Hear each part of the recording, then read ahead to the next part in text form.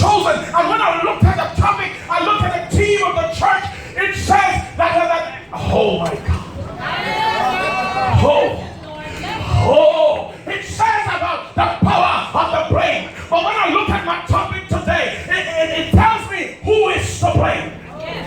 You see, I haven't even opened them. Oh God. Look. Listen. You see, in life, we always want to blame someone else for our wrongdoing. We always want to cast the blame on the other person. Oh God, soon as it happens to us, we're ready to shift our paradigm and say, if it had not been for Sister Day, if it had not for Brother that, I would have been doing this, and I could have been here. Oh God. Amen. Oh, I want to have you open this today, Jesus. Oh, hallelujah. My God is so good. Look to the promoters. Pleasant good afternoon. Oh, glory to God. Yeah. To the Archbishop. Holy. Hallelujah. The man traveled all the way to Texas to do a funeral and find a young champ like me. That was day one. I came all the way to New York and I got ordained in St. Michael as a minister. Oh God, and I never stopped from there.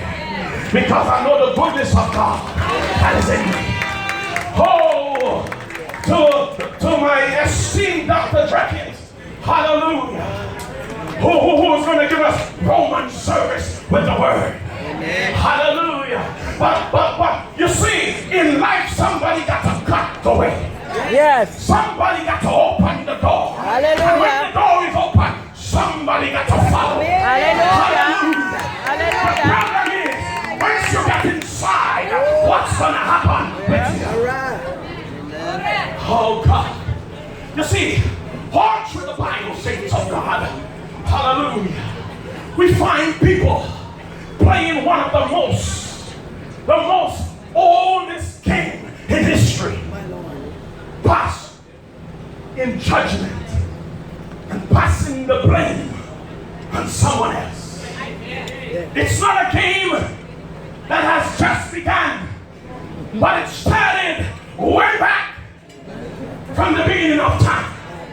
Oh, hallelujah. You see, the oldest book, hallelujah, was probably talking about a man called Job. Oh, God. You see, Job went through so much. He woke up one morning, livestock was gone. In the midday, children was gone. In the evening, wife said, cuss God. Next day, friends say, who's to blame? Yeah. Right there. Somebody always look at the calamity, and when they look at the calamity, they want to know who is the cause of your calamity. Right. Amen. Let our curse. Amen. Let our curse. Oh, Jesus, help me today. The disciples, them same people who walk in with God, after God called them, they saw the blind man, and they said, Lord, whose fault is it that this man is blind? Yes. The mother, because she wasn't easy when she was young. Yes. And you know the word said that the sins of the parents fall on the children. Oh God, why isn't it Father? Because when he was supposed to be in church, he was by the bar drinking, or probably watching some woman somewhere. Somebody else I wish the church, I don't want to talk about this, I want to talk to the church. But Jesus said, listen, it is not the fault of the mother, not the fault of the father, but something got to happen that my name can be glorified. Yes. Somebody will understand what I'm saying. Oh God.